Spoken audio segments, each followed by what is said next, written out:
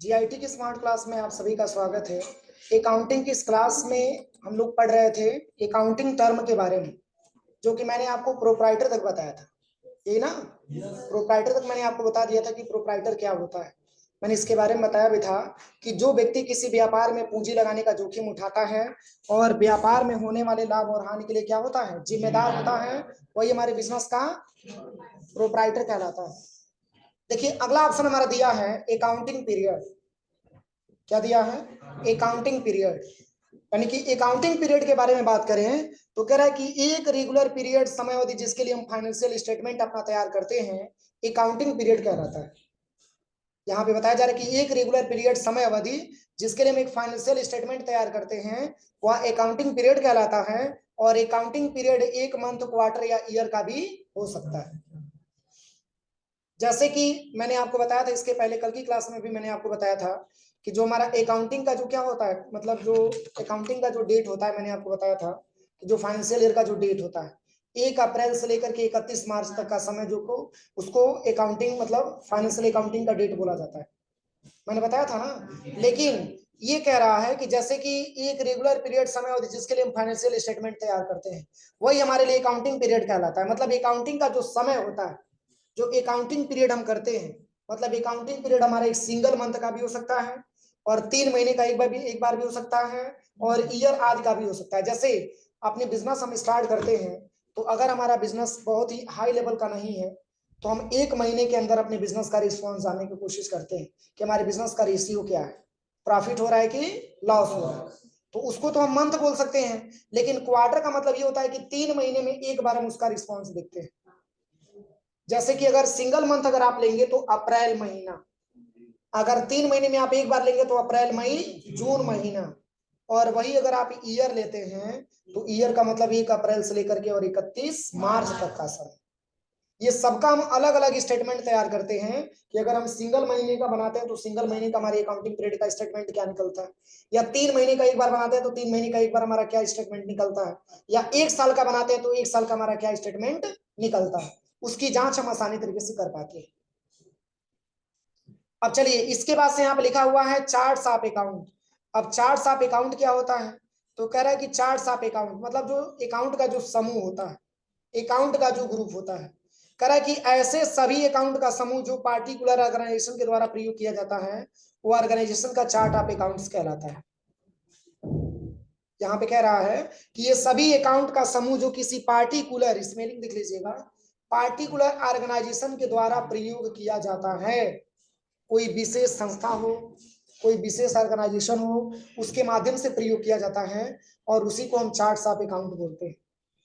जैसे कि charts of account यानी कि जो खाता का जो ग्रुप होता है, जैसे कि मान के चलिए कि हमारे बिजनेस में, मतलब अगर एक तरीके से अगर देखा जाए चार्ट्स अकाउंट के बारे में हम कैसे हम पहचानेंगे, तो देखिए मैं इसके बारे में आपको बता रहा हूँ। जैसे चार्ट्स ऑफ अकाउंट के बारे में हम कैसे डिस्क्राइब करेंगे, जैसे कि हम बिजनेस स्टार्ट करते हैं तो क्या होता है कि हर जगह की पार्टी हमसे आकर के जुड़ता है। तो जैसे कि मान के चलिए कि कुछ ऐसे पार्टी है जो कसिया का रहने वाला है, कोई ऐसे पार्टी है जो पटरौना का रहने वाला है। यहाँ पे मैंने मेंशन कर दिया, एक पार्टी हमारा कसिया का है, एक पार्टी मान के चलिए कि हमारा पटरौना का हो गया, ठीक है, पटरौना का हो गया। एक पार्टी मान के चलिए कि हमारा देवरिया का हो गया। तो ऐसे अनेकों पार्टियों से हम अपने बिजनेस को हैंड ओवर करवाते हैं, अपने बिजनेस को अच्छे तरीके से सक्सेस कर पाते हैं। लेकिन अगर पटरौना का आएगा तो पटरौना का चार्ट ऑफ अकाउंट अलग बनेगा, अगर देवरिया का आएगा तो देवरिया का अलग लिस्ट बनेगा, अगर कसिया का आता है तो कसिया का अलग एक ग्रुप बनेगा। तो जब हम पार्टियों का अलग अलग ग्रुप बनाएंगे, चार्ट ऑफ अकाउंट का जब अलग अलग ग्रुप बनाएंगे तो जो जिस ग्रुप का होगा उस ग्रुप में हम उसको मेंशन करते जाएंगे। जैसे कि देवरिया का कस्टमर हमारे पास आगे सामान खरीदने के लिए, तो ऐसा नहीं कि उसको पटरौना में रखेंगे, देवरिया वाले में रखेंगे, क्योंकि उसका मैंने एक ग्रुप बना रखा है। ऐसे ही मान के चलिए कि पटरौना वाला कोई आ गया, उसको भी हमको बनाना है, तो वो भी हम उसको सेल या परचेज करें तो उसको पटरौना के ही ग्रुप में रखेंगे। कसिया का आ गया तो कसिया का कसिया वाले में रखेंगे। तो सबका अलग अलग क्या होता है, ग्रुप होता है, और हम ग्रुप के हिसाब से अपना काम करते हैं। जो जिस ग्रुप का होता है उसके हिसाब से हम उस ग्रुप को क्या कर देते हैं, प्रोवाइड कर देते हैं। वही हमारे एक प्रकार का ग्रुप होता है, चार्ट्स ऑफ अकाउंट का ग्रुप होता है। चलिए अगला टॉपिक क्या लिखा हुआ है, एंटिटी। एंटिटी के बारे में लिखा है, कह रहा है कि एंटिटी एक पर्सन, पार्टनरशिप, बिजनेस या ऑर्गेनाइजेशन का हो सकता है जिसका एक लीगल सेपरेट अस्तित्व मौजूद हो और उसे राजेश ज्वेलर्स है, प्रीति ट्रेडर्स से इत्यादि कह रहा है कि एंटिटी एक पर्सन, मतलब एक पर्सन का नाम भी एंटिटी हो सकता है। जैसे अभी मैं बता रहा हूँ, एक पर्सन हो गया, इसके बाद से कह रहा है कि आपका बिजनेस भी हो सकता है, बिजनेस भी एक एंटिटी है। इसके बाद से यहाँ पे लिखा हुआ है ऑर्गेनाइजेशन, ऑर्गेनाइजेशन क्या भी हो सकता है। जैसे कि हमारा भी तो कोई एंटिटी, हमारा भी तो कोई अस्तित्व है कि हमारे पापा का नाम क्या है, हमारा एड्रेस क्या है, हमारा डेट ऑफ बर्थ क्या है, ठीक है, मम्मी का नाम क्या है, एड्रेस क्या है, तो खुद की हमारी भी तो मतलब एक तरीके से अगर देखा जाए तो हमारी भी पहचान एंटिटी है।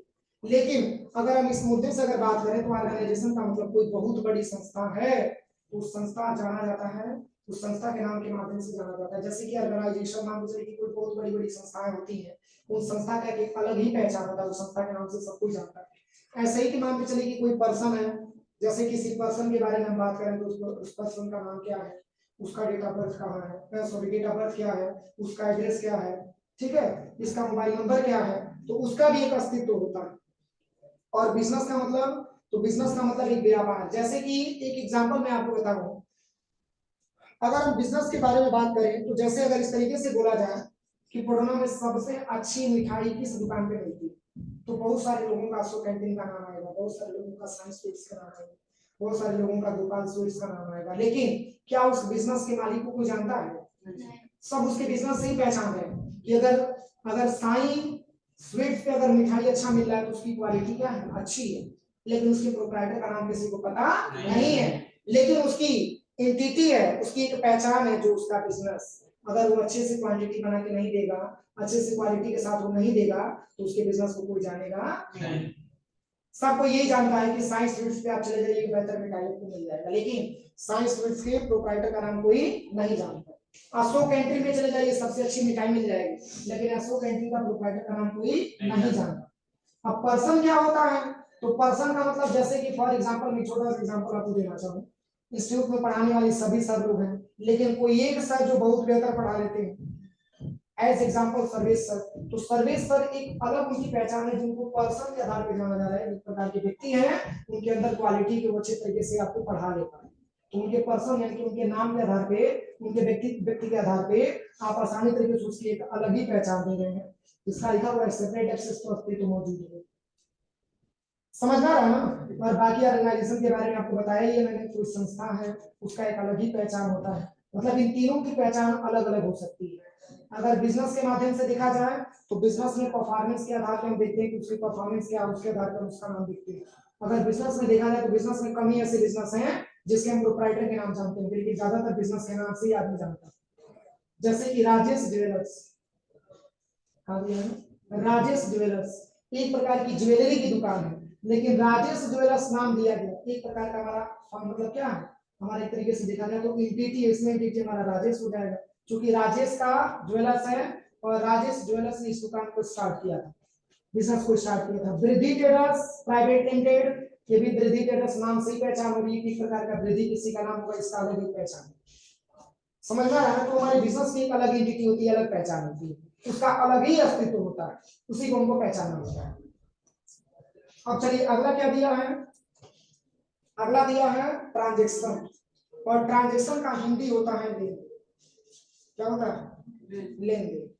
अब ट्रांजैक्शन का हिंदी होता है लेन देन, तो ट्रांजैक्शन होता क्या है, तो कह रहा है कि दो या दो से अधिक बिजनेस एंटिटी के बीच होने वाला लेन देन ही ट्रांजैक्शन कहलाता है। और ट्रांजैक्शन एक ऐसा इवेंट है जिसकी कुछ वैल्यू हो और जो दो या दो से अधिक बिजनेस एंटिटी के बीच क्या हो, जैसे जैसे purchase of goods, receipt of money, payment to creditors आदि। कोई भी ट्रांजैक्शन कैश ट्रांजैक्शन या क्रेडिट ट्रांजैक्शन हो सकते हैं। जैसे कि यहाँ पे बताया जा रहा है कि दो या दो से अधिक व्यक्तियों मतलब अधिक बिजनेस एंटिटी के बीच होने वाला लेन देन ही हमारा ट्रांजैक्शन कहलाता है। ट्रांजैक्शन को हम हिंदी में बोलते हैं लेन देन। यहाँ बताया है कि दो या दो से अधिक बिजनेस एंटिटी के बीच नहीं इन्वॉल्व होता है हमारा क्या, ट्रांजैक्शन। और कह रहे हैं कि ट्रांजैक्शन एक ऐसा इवेंट है जिसकी कुछ वैल्यू हो और जो दो या दो से अधिक बिजनेस एंटिटी के बीच इन्वॉल्व हो। जैसे अगर हम कंप्यूटर परचेज करने जाते हैं, अगर हम कंप्यूटर परचेज करने जाते हैं तो हम तो खरीदने वाले हो गए, हम तो क्या हो गए, खरीदने वाले हो गए। तो जब खरीदने वाले हम हो गए तो क्या बेचने वाला वहां पे मौजूद होगा, होगा कि नहीं होगा? तो एक बताइए, आप खरीद रहे हैं और दूसरा बेच रहा है, दूसरा आपका बेचने वाला हो गया, तो इसमें कितने लोग इन्वॉल्व हुए? दो लोग इन्वॉल्व हुए, इससे कौन ट्रांजेक्शन बोल सकते हैं? क्योंकि बिना दो लोगों के बीच आपका ट्रांजेक्शन नहीं हो सकता। या तो आप किसी को माल बेचिए या किसी से माल आप खरीदिए, या तो आप किसी को पैसा दीजिए या तो आप किसी से पैसा आप लीजिए। समझ में आ रहा है ना? तो ऐसे को बोला जाता है हमारा ट्रांजेक्शन। ट्रांजेक्शन दो व्यक्तियों या दो से अधिक व्यक्तियों में ही सफल होता है, और ट्रांजेक्शन का हिंदी होता है लेन देन। और यहाँ पे बताया जा रहा है कि कोई भी ट्रांजेक्शन, यहाँ पे बताया जा रहा है कि जैसे परचेज ऑफ गुड्स, मतलब जब हम गुड्स को खरीदते हैं तो एक बेचने वाला होता है तो दूसरा खरीदने वाला। इसके पास लिखा हुआ है रिसिप्ट ऑफ मनी, जैसे मनी का जो रिसिप्ट होता है। अगला दिया है payment to creditors. Payment to creditors का मतलब ये होता है कि अगर हम उधार माल सप्लायर से खरीदे हैं तो उसको हम पेमेंट ले जा रहे हैं देने के लिए, तो हम देने वाले हो गए तो वो पाने वाला होगा। समझ में आ रहा है ना? और ऐसे ही कह रहा है कि कोई भी ट्रांजेक्शन हमारा कैश ट्रांजेक्शन भी हो सकता है और प्लस क्रेडिट ट्रांजेक्शन भी हो सकता है। क्या अगर आप गुड्स परचेज आप गुड्स करेंगे तो कोई जरूरी है कि कैश देकर नहीं खरीदेंगे, आप उधार भी तो खरीद सकते हैं। तो उधार को क्या बोला जाता है? क्रेडिट ट्रांजेक्शन नाम से जाना जाता है। क्रेडिट ट्रांजेक्शन का मतलब ये होता है कि परचेजिंग जो हो रही है, ये जो ट्रांजेक्शन हमारी हो रही है, ये उधार के बेस पे परचेज हो रहा है। अगर नगद के बेस पे होगा तो कैश ट्रांजेक्शन में आ जाएगा। कोई दिक्कत? तो दो या दो से अधिक व्यक्तियों में ट्रांजेक्शन सफल होता है। ठीक है, आप खुद देखिए ट्रांजेक्शन एक बैंक में भी होता है। अगर हम बैंक में पैसा जमा करते हैं तो बैंक पाने वाला होता है और हम देने वाले होते हैं। अगर बैंक से पैसा निकालते हैं तो बैंक देने वाला हो जाता है, हम पाने वाला हो जाते हैं। तो इसके हिसाब से मैं बहुत सारा आपको अभी टाइप्स ऑफ अकाउंट के बारे में बताएंगे, तब उसके हिसाब से बताएंगे कि डेबिट कौन हुआ क्रेडिट कौन हुआ। पहले बस आप इतना समझिए कि ट्रांजेक्शन होता क्या। कोई दिक्कत किसी को? अब चलिए अगला जो ऑप्शन आता है आपका, वो है आपका एसेट्स। क्या है? एसेट्स। और एसेट्स को हम हिंदी में बोलते हैं संपत्ति। क्या बोलते हैं? संपत्ति। देखिए, बिना एसेट्स का तो हमारा व्यापार संभव है ये नहीं। बिना एसेट्स का हमारा व्यापार कोई संभव नहीं है। एसेट्स का मतलब होता है संपत्ति। क्या जब हम व्यापार स्टार्ट करते हैं तो उसमें पूंजी लगाते हैं, तो कैश लगाते हैं, तो कैश एक प्रकार का एसेट्स। समझ में आ रहा है ना? जब बिजनेस स्टार्ट करते हैं तो पूंजी लगाते हैं, ये सब हमारे बिजनेस के एसेट्स होते हैं। बैंक में खाता खुलवाते हैं, ये सब हमारे बिजनेस के एसेट्स होते हैं। तो जैसे एसेट्स होता क्या है, तो एसेट्स का हिंदी होता है संपत्ति। और यहाँ पे बताया जा रहा है कि वे सभी वस्तुएं जो अस्थायी या अस्थायी रूप से हमारे व्यापार को चलाने में मदद करती हैं, वही हमारे लिए एसेट्स कहलाती हैं। वे सभी वस्तुएं जो हमारे व्यापार को अस्थायी या अस्थायी रूप से चलाने में मदद करती है, वही हमारे लिए क्या कहलाती है? एसेट्स कहलाती है, जिसको हम संपत्ति बोलते हैं। और ये कह रहा है कि एसेट्स किसी ऑर्गेनाइजेशन के ऐसे इकोनॉमिक रिसोर्स होते हैं जिसे मनी के रूप में मेजर किया जा सके, जैसे कि आपका भवन हो गया, कंप्यूटर हो गया, कैश हो गया आदि। इकोनॉमी का मतलब ये होता है कि जो संसाधन होता है, जो आर्थिक हमारी संसाधन होती है, जिससे कि हम पैसा प्राप्त करते हैं।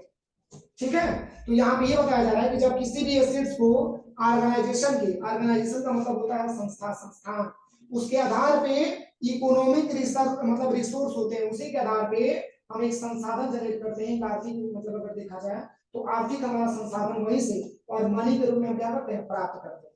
मेजर का मतलब होता है प्राप्त करना, मेजर का मतलब होता है इकट्ठा करना, उसी को हम मनी के रूप में क्या करते हैं? मेजर करते हैं, यानी कि प्राप्त करते हैं, इकट्ठा करते हैं। यहाँ भी बताया जा रहा है कि वे सभी वस्तुएं जो अस्थायी या अस्थायी रूप से हमारे व्यापार को चलाने में मदद करती है, वही हमारे लिए एसेट्स कहलाती हैं। और कह रहा है कि जो एसेट्स होता है वो ऑर्गेनाइजेशन के ऐसे इकोनॉमिक रिसोर्स होते हैं। इकोनॉमिक रिसोर्स का मतलब आर्थिक संसाधन, जैसे कि हम अर्निंग कर रहे हैं, कोई हमारी इनकम का स्रोत क्या है, उसी से हम इनकम जनरेट कर रहे हैं, उसी से हम इनकम पा रहे हैं, कोई हमारी इनकम का जरिया, वही हमारी इनकम का स्रोत है, जिसको हम मनी के रूप में क्या करते हैं? मेजर करते हैं, उसी को हम एसेट्स बोल सकते हैं। कह रहे कि जैसे भवन, क्या दिया? भवन दिया हुआ, तो भवन को इंग्लिश में क्या बोला जाता है? बिल्डिंग। यही होता है ना, बिल्डिंग होता है। क्या अगर बिल्डिंग हमारे पास एसेट्स है तो क्या बिल्डिंग को हम बेचेंगे तो पैसा मिलेगा? तो हमारे लिए एसेट्स। ठीक है, और यहाँ पे बताया जा रहा है कि जैसे भवन हो गया, आपका कंप्यूटर हो गया, कैश हो गया, ये सब एक प्रकार के आपके एसेट्स होते हैं। लेकिन एसेट्स भी दो प्रकार का होता है। कितने प्रकार का? दो प्रकार का होता है। अब कितने कौन कौन सा, तो पहला आपका आता है फिक्स, पहला आता है आपका फिक्स और दूसरा आता है करंट। अब दोनों में अंतर क्या है, फिक्स क्या होता है, करंट क्या होता है। तो देखिए फिक्स एसेट्स के बारे में यहाँ पे बताया जा रहा है, कह रहा है कि ऐसे एसेट्स जिसको किसी बिजनेस में लंबे समय तक प्रयोग किया जा सके। हमारे बिजनेस में कोई ऐसा एसेट्स है जिसका प्रयोग हम अपने व्यापार में लंबे समय तक कर रहे हैं, उसे कहते हैं हम फिक्स एसेट्स। क्या कहते हैं, फिक्स एसेट्स कहते हैं। जैसे फॉर एग्जांपल मैंने अपने बिजनेस में कंप्यूटर लगवाया, तो क्या कंप्यूटर मैंने एक दिन के लिए लगवाया, मैंने अपने बिजनेस में बहुत सारा कंप्यूटर लगवाया, बहुत सारा मैंने प्रोजेक्टर लगवाया, बहुत सारा मैंने जो एलसीडी लगवाया, एक दिन के लिए लगवाया, हमेशा हमेशा के लिए लगवाया, तो उसको हम फिक्स एसेट्स बोलते हैं, जो हमारे व्यापार में लंबे समय तक काम आएगा। अब ऐसा नहीं कि एक महीना चला फिर उसको मैं हटा दिया फिर दूसरा सिस्टम बनाया, नहीं, उसको हम यही चीज मान करके लगाते हैं कि हमारे बिजनेस में लंबे समय तक जाएगा। रह गई बात कि बीच में अगर आपका कुछ खराब होता है, आप उसका पार्ट आप चेंज करके बनवा सकते हैं, उसको आप सही करवा सकते हैं, लेकिन जाना जाएगा तो फिक्स एसेट्स के ही नाम से जाना जाएगा। क्लियर हुआ। तो यहाँ पे बताया जा रहा है कि जो हमारे बिजनेस में लंबे समय तक प्रयोग में लाए जाते हैं एक प्रकार के फिक्स एसेट्स कहलाते हैं। जैसे लैंड, लैंड का मतलब होता है भूमि, लैंड का मतलब भूमि होता है, ठीक है। जैसे हम कहीं भूमि खरीदते हैं, कोई जमीन खरीदते हैं, तो हमारे फिक्स एसेट्स नहीं आते, क्यों, क्योंकि हमारे व्यापार में लंबे समय तक प्रयोग में लाएगा। अगला दिया है बिल्डिंग। अगर बिल्डिंग के बारे में बात करें तो बिल्डिंग भी हमारे बिजनेस के लिए फिक्स एसेट्स है, क्योंकि एक बार बिल्डिंग बनवाएंगे तो क्या एज्यूम करके बनवाएंगे क्या कि हफ्ता दिन के बाद उसको तोड़वा करके फिर दूसरा बिल्डिंग बनवाएंगे, उसको हम लंबे समय तक बनवाते हैं, वो हमारे बिजनेस के लिए फिक्स एसेट्स हो जाता है। अगला क्या दिया है, मशीनरी, जो बड़े बड़े मशीनरी का प्रयोग हम लोग करते हैं, जो बड़े बड़े मशीनरी प्लांट वगैरह बैठा जाते हैं। अगला क्या दिया है, फर्नीचर एंड फिक्सर दिया हुआ है। अपने बिजनेस में कोई फर्नीचर खरीदते हैं, जैसे कि हमारे बिजनेस में डेस्क बेंच है, ये हमारे बिजनेस की फिक्स एसेट्स। हमारे बिजनेस में मान के चलिए कि बहुत सारे फर्नीचर आते हैं, जैसे टेबल हो गया, चेयर हो गया आपका, क्या ये चीज मान करके हम अपने बिजनेस में लाते हैं कि एक महीने के बाद उसको तोड़ के हटा देंगे, तो हमारे बिजनेस में लंबे समय तक चलेगा। हाँ, बात आती है रिपेयरिंग की, रिपेयरिंग हम करवाएंगे, लेकिन बोल सकते हैं फिक्स एसेट्स ही माने जाता है, क्योंकि हमारे बिजनेस में लंबे समय तक प्रयोग में लाया जाएगा। कोई दिक्कत किसी को। अब चलिए अगला जो ऑप्शन दिया है वो है आपका करेंट। ठीक इसके विपरीत होता है, ठीक इसके विपरीत होता है, अपोजिट होता है, क्या, करेंट वाला। अब करेंट एसेट्स होता क्या है, तो बताया जा रहा है कि ऐसे एसेट्स जो शॉर्ट बेसिस पे हो, जैसे कि debtor customer, stock, bill receivable, cash bank balance आदि, इन एसेट्स का बैलेंस लगातार घटता बढ़ता रहता है, इसलिए इन्हें फ्लोटिंग एसेट्स भी कहा जाता है। इसमें ये बताया जा रहा है करेंट एसेट्स में करा कि ऐसे एसेट जो शॉर्ट टर्म बेसिस पे हो, जैसे कि debtor customer. Short term basis का मतलब ये होता है कि जो हमारे बिजनेस में लंबे समय तक प्रयोग में नहीं आए, वो कुछ समय के लिए हमारे बिजनेस में इन्वॉल्व होगा, जैसे कि डेबिटर कस्टमर, कस्टमर स्थायी है, आपके वहां से भी सामान खरीदेंगे, आप वहां से भी जाके सामान खरीदेंगे, जहां उसको सस्ता मिलेगा वहां से कस्टमर फ्री, एक प्रकार का हम उसको बोल सकते हैं कि करंट एसेट्स में हुआ। दूसरा क्या दिया है, स्टॉक। अगर आपने 10,000 रुपए का अपने बिजनेस में स्टॉक रखा है, तो कोई जरूरी नहीं है कि पूरा 31 मार्च तक आपका 10,000 तक ही बचा रहे, हो सके कि वो आपका कम भी हो सके, हो सके कि वो आपका बढ़ भी जाए, क्योंकि स्टॉक आपका स्टेबल नहीं रहता, स्टॉक हमारा चेंज होता रहता है। हम बिजनेस स्टार्ट करते हैं तो स्टार्टिंग में थोड़ा सा कम पूंजी लगाते हैं, जिसके पास ज्यादा होता है ज्यादा पूंजी लगाता है, लेकिन फिर भी उसको इंक्रीज करने की कोशिश किया जाता है, कुछ और भी बैलेंस डाल करके सोचा जाता है कि उसको थोड़ा सा और भी हम इंक्रीज करें। तो एक प्रकार का हमारा स्टॉक होता है। स्टॉक कितने प्रकार का होता है,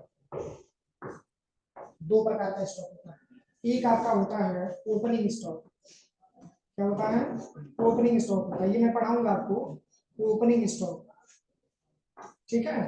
और एक हमारा होता है क्लोजिंग स्टॉक। अब ये दोनों में अंतर क्या है, ओपनिंग स्टॉक क्या होता है, क्लोजिंग स्टॉक क्या होता है। तो ओपनिंग स्टॉक का मतलब ये होता है कि जो फाइनेंशियल ईयर की स्टार्टिंग में जो हम अपना स्टॉक आइटम रखते हैं, 1 अप्रैल को हमारा फाइनेंशियल ईयर स्टार्ट हुआ और मैंने अपने बिजनेस में 10 लाख रुपए का ला करके स्टॉक रख दी, तो उस फाइनेंशियल ईयर में हमारा 10 लाख रुपए का ओपनिंग स्टॉक हो जाएगा।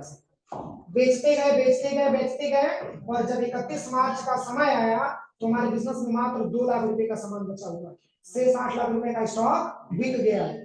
तो जो 2 लाख रुपया शेष स्टॉक बचा हुआ है उसी को बोलते हैं क्लोजिंग स्टॉक। क्यों, क्योंकि हमारे 31 मार्च को बचा हुआ। और वही अगले फाइनेंशियल ईयर के लिए ओपनिंग स्टॉक में कन्वर्ट होगा।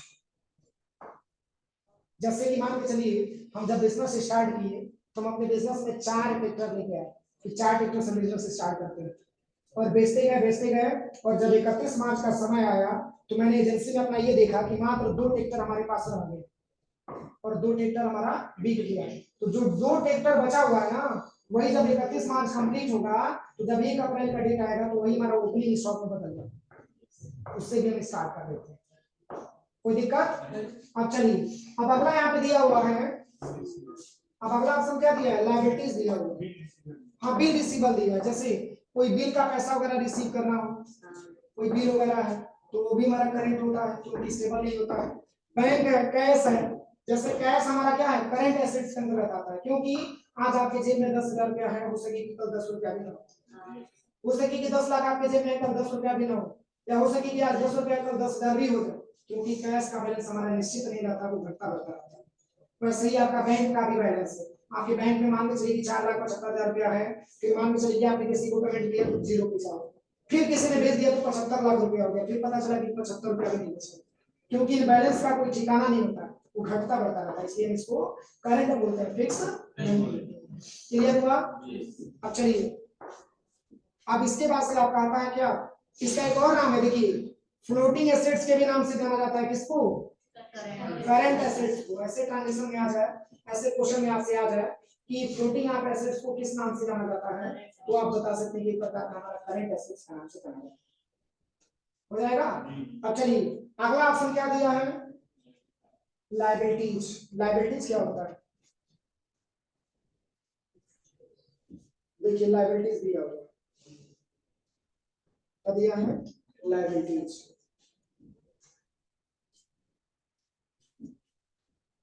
लायबिलिटीज का मतलब होता है कर्ज। क्या होता है? कर्ज होता है, जिसको हम दायित्व भी बोल सकते हैं। क्या बोल सकते हैं? दायित्व भी बोल सकते हैं। देखिए, यहाँ पे लायबिलिटीज का मतलब क्या दिया है, लायबिलिटीज होता क्या है, तो इसके बारे में बता रहे हैं आपको। देखिए, लायबिलिटीज करें कि वह पैसा जो एक बिजनेस को किसी दूसरे बिजनेस या व्यक्ति को देना हो, उस बिजनेस पर लायबिलिटी कहलाता है।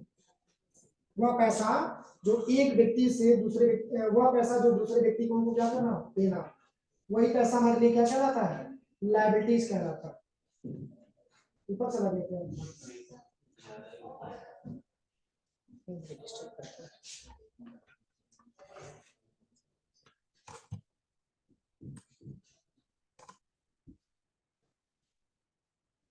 यही है ना। देखिए, लायबिलिटीज ये बताया जा रहा है कि वह पैसा जो बिजनेस को किसी दूसरे बिजनेस या व्यक्ति को देना हो, उस बिजनेस पर क्या कहलाता है? लायबिलिटीज कहलाता है, जिसको हम दायित्व के नाम से भी बोलते हैं। लायबिलिटीज का मतलब दायित्व भी होता है, कर्ज भी होता है।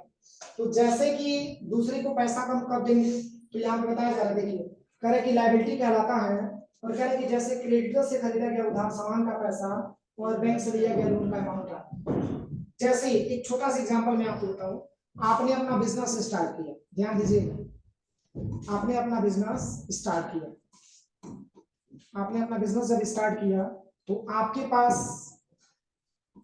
50,000 रुपये था। कितने रुपए? 50,000 रुपये था। और आप अपने होलसेलर के पास गए कि भैया ऐसा है कि नया नया बिजनेस अपना स्टार्ट कर रहे हैं और हम आपके 50,000 रुपये हम दे रहे हैं, और हमको सामान लेना है 70,000 रुपये का। कितने रुपए का? 70,000 रुपये का। ध्यान दीजिए, आप बिजनेस स्टार्ट किए और आप 50,000 रुपये अपने सप्लायर के पास लेके गए, और उसमें भी आपने बताया कि हमको 50,000 नहीं, हमको 70,000 रुपये का सामान चाहिए, लेकिन करेंट में पैसा आपको कितना दे रहे हैं? 50,000 रुपया। और जो शेष 2,000 रुपया बचे, सॉरी 20,000 रुपया बचेगा, उसको आप जो है अगला डेट आप मान के चलिए कि 24 मार्च को आप ये पैसा ले लीजिए। किस मार्च को? 24 मार्च 2024 को आप अपने ये पैसा दे दीजिए। अगर पॉसिबल हो तो आप सामान को क्या करिए, तो मान के चलिए अगर ये 70,000 रुपये का आपको सामान दे देता है, तो उसका भी तो कुछ रिक्वायरमेंट होगी ना कि 24 मार्च को हमको पैसा आप ला करके दे दीजिएगा। तो कितना 24 मार्च को रिटर्न लेके जाएंगे? 20,000, क्योंकि 50,000 तो मैंने तत्काल में ही दे दिया। तो यही जो 24 मार्च को जो आप पैसा पेमेंट जो करने वाले हैं, कितना? 20,000 रुपया। यही पैसा आपके लिए क्या?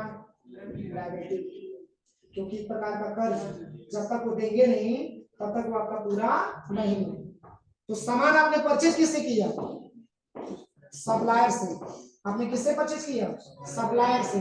और जब हम किसी से गुड्स अपना खरीदते हैं तो उसको हम सप्लायर बोलते हैं। क्या बोलते हैं? सप्लायर बोलते हैं। और जब हम सेल करते हैं तो जिसको सेल करते हैं उसको हम कस्टमर बोलते हैं। ध्यान दीजिए, जब हम परचेज करेंगे तो सप्लायर से परचेज करेंगे, और जब सेल करेंगे तो अपनी कस्टमर को सेल करेंगे। तो वही बात इसमें बताया जा रहा है कि आपने 70,000 रुपए का परचेजिंग किया, जिसमें आपने 50,000 रुपया दे दिया, 20,000 रुपया आपने आपके ऊपर क्या है? बकाया है। उसी बकाए पैसे को बोल सकते हैं हमारी लायबिलिटीज का पैसा है। वो पैसा आपको डेट आने पे देना ही देना पड़ेगा, क्योंकि जब तक आप उसको नहीं देंगे तब तक ये आपका बिल फाइनल नहीं। क्लियर हुआ? इसके बाद से क्या लिखा हुआ है? इसके बाद से यहाँ लिखा हुआ है करें कि जैसे बैंक से लिया गया लोन का पैसा, जैसे कि आप बैंक में गए और बैंक में जाने के बाद आपने बोला कैशियर साहब से, मैनेजर साहब से कि सर हमको 2 लाख रुपए का लोन चाहिए, 2 लाख रुपए का लोन चाहिए, तो क्या उस लोन को आप भरेंगे? नहीं भरेंगे कि नहीं भरेंगे? तो वो 2 लाख रुपए आपके ऊपर अभी कर्ज है, जब तक आपने उसको नहीं भरा। वो 2 लाख रुपए आपके ऊपर क्या है? कर्ज है। और वो जब आप भरेंगे तब जाकर के जब पूरा हो जाएगा तब आपके ऊपर से लायबिलिटी छटेगी। लेकिन ये लायबिलिटी बैंक का लायबिलिटी आपके ऊपर अभी पड़ा हुआ है, क्योंकि जब तक आप उसको पेमेंट नहीं करेंगे तब तक आपकी लायबिलिटी खत्म नहीं होगी। लायबिलिटी को ही बोला जाता है, कर्ज के नाम से बोला जाता है। इसको ध्यान दीजिए, इसको कर्ज के नाम से बोला जाता है। एक प्रकार का ये कर्ज होता है। क्या होता है? कर्ज होता है, क्योंकि जब तक इस पैसे को हम भुगतान नहीं करते तब तक वो कर्ज हमारे ऊपर चढ़ा रहता है। ठीक है, आप नॉर्मल कंडीशन में समझिए, आपने किसी से 10,000 रुपया लेकर के अपना उधार ले लिया कुछ काम करने के लिए, फिर उसने समय दे दिया कि ऐसा कि 1 साल बाद आपको पैसा, मतलब आप पैसा वापस कर दीजिए। तो जब पैसा आप उसको वापस करने जाएंगे, जो पैसा आपका बकाया है, जैसे कि मान के चलिए कि आपके ऊपर लायबिलिटी का पैसा है, जब आप उसको दे देंगे तब आपके ऊपर लायबिलिटी खत्म हो जाएगी। लेकिन जब तक आपने नहीं दिया तब तक उसका कर्ज आपके ऊपर चढ़ा होगा। तो दिक्कत समझ में आ? लायबिलिटी क्या होता है? अब चलिए, इसमें भी 2 प्रकार के लायबिलिटी आते हैं। एक आपका आता है करेंट लायबिलिटी और एक आपका आता है लॉन्ग टर्म लायबिलिटी। एक आपका करेंट लायबिलिटी और एक आपका long term liability. Long term का मतलब ये होता है कि कोई ऐसे भी आप लोन लेते हैं जो आप लंबे समय तक उसको चुकाते हैं। ध्यान दीजिएगा, कोई ऐसा भी बैंक से आप लोन ले लेते हैं जो बैंक आपको टाइम ज्यादा मात्रा में दे देती है, और वो लोन आप लंबे समय के बाद, मतलब लंबे समय तक आप चुकाते रहते हैं। और करेंट का मतलब ये होता है कि जो शॉर्ट टर्म पे होता है, मतलब उसका बहुत ज्यादा डेट नहीं होता है। जैसे अगर आप 50-70,000 रुपए का सामान उधार खरीद लेंगे और उसमें 50,000 रुपए पेमेंट कर देंगे, तो 20,000 रुपए क्या 5 साल बाद आप उसको पूरा करेंगे? उसको करंट में ही देना होता है, क्योंकि जब तक आप देंगे नहीं तब तक वो अगला सामान आपको देगा नहीं। तो आपका करंट लायबिलिटीज के अंतर्गत आता है। करंट का मतलब जो तत्काल में देना हो, कम समय में देना हो, और लॉन्ग टर्म का मतलब जिसको लंबे समय तक देना। तो ये हमारे बैंक लोन में आ जाते हैं। जैसे बैंक लोन वगैरह लेते हैं तो उसको हम एक बार में पूरा नहीं कर पाते तो उसको इंस्टॉलमेंट बनवा करके पूरा करते हैं। जैसे आप बैंक से ईएमआई वगैरह कटवाते हैं, कोई बाइक वगैरह लेते हैं, फाइनेंस वगैरह करवाते हैं, करता दिए दिया आपका लोन मतलब। चलिए अगला क्या दिया है? बस कैपिटल तक पढ़ा रहे हैं, बस इसके राशि तक पढ़ाएंगे। 10 नंबर कैपिटल दिया है। कैपिटल का हिंदी होता है पूंजी। क्या होता है? पूंजी होता क्या है उसी को हम समझेंगे। देखिए यहाँ पे पूंजी के बारे में बताया जा रहा है। कह रहा है कि बिजनेस के मालिक के द्वारा, यानी कि प्रोप्राइटर के द्वारा बिजनेस में इन्वेस्ट किया गया पैसा हमारा कैपिटल का होता है। और कह रहा है कि किसी भी व्यापार को प्रारंभ करने के लिए व्यापार के मालिक के द्वारा लगाया गया धन उस बिजनेस का कैपिटल कहलाता है। जैसे ये इतनी बड़ी संस्था चल रही है, क्या बिना कैपिटल का चल रहा है? उसमें पूंजी बहुत ज्यादा मात्रा में लगा है। ठीक है ना? तो ये इन्वेस्टमेंट करता कौन है? तो बिजनेस का जो मालिक होता है, बिजनेस का जो स्वामी होता है, बिजनेस का जो प्रोप्राइटर होता है, उसी के द्वारा इन्वेस्ट किया जाता है। और साफ साफ शब्दों में लिखा हुआ है कि बिजनेस के मालिक के प्रोप्राइटर के द्वारा बिजनेस में इन्वेस्ट किया गया पैसा ही कैपिटल कहलाता है। और व्यापार को प्रारंभ करने के व्यापार के मालिक के द्वारा लगाया गया धन बिजनेस का कैपिटल कहलाता है। ये व्यापार के मालिक जैसे डायरेक्टर साहब हो गए, डायरेक्टर साहब ने संस्था ओपन किया तो उसमें कुछ न कुछ पूंजी लगाई। तो पूंजी थोड़ा सा आदमी कम लगाता है स्टार्टिंग में, बाद में चल करके उसको क्या कर लेता है, बढ़ा लेता है। तुम केवल सो रहे हो? क्यों जाओ मुंह धो के आओ। शादी दिन गए थे क्या? जाओ मुंह धो के आओ। तुम तभी से डोल लगे देख रहे। देखिए कैपिटल का मतलब होता है पूंजी, यानी कि व्यापार के मालिक के द्वारा व्यापार में इन्वेस्ट किया गया पैसा ही उस बिजनेस का कैपिटल कहलाता है। अगर 2 लाख रुपया हमने 1 अप्रैल को स्टार्ट किया अपना बिजनेस, और 1 अप्रैल को स्टार्ट किया मैंने अपना बिजनेस, और 2 लाख रुपया मैंने पूंजी लगा दिया, तो हम बोल सकते हैं उस बिजनेस का हमारा कैपिटल कितना कहलाएगा, 2 लाख रुपया कहलाएगा, क्योंकि स्टार्टअप हमने किया तो 2 लाख से किया। 5 लाख लगाया अपने बिजनेस में, तो स्टार्टिंग में जो भी आपने 5 लाख लगाया तो बता सकते हैं कि हमारे बिजनेस का कैपिटल 5 लाख रुपया है। और किसके द्वारा लगाया जा रहा है, बिजनेस के प्रोप्राइटर, बिजनेस के मालिक के द्वारा लगाया जा रहा है।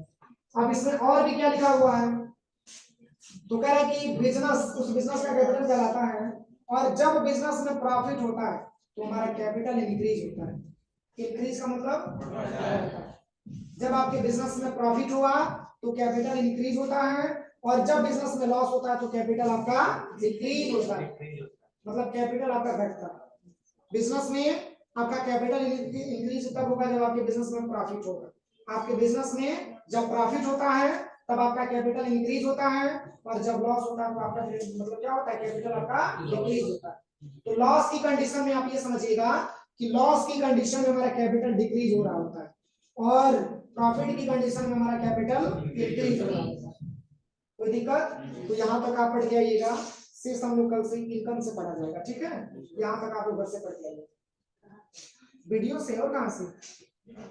वीडियो मैंने नहीं भेजा है।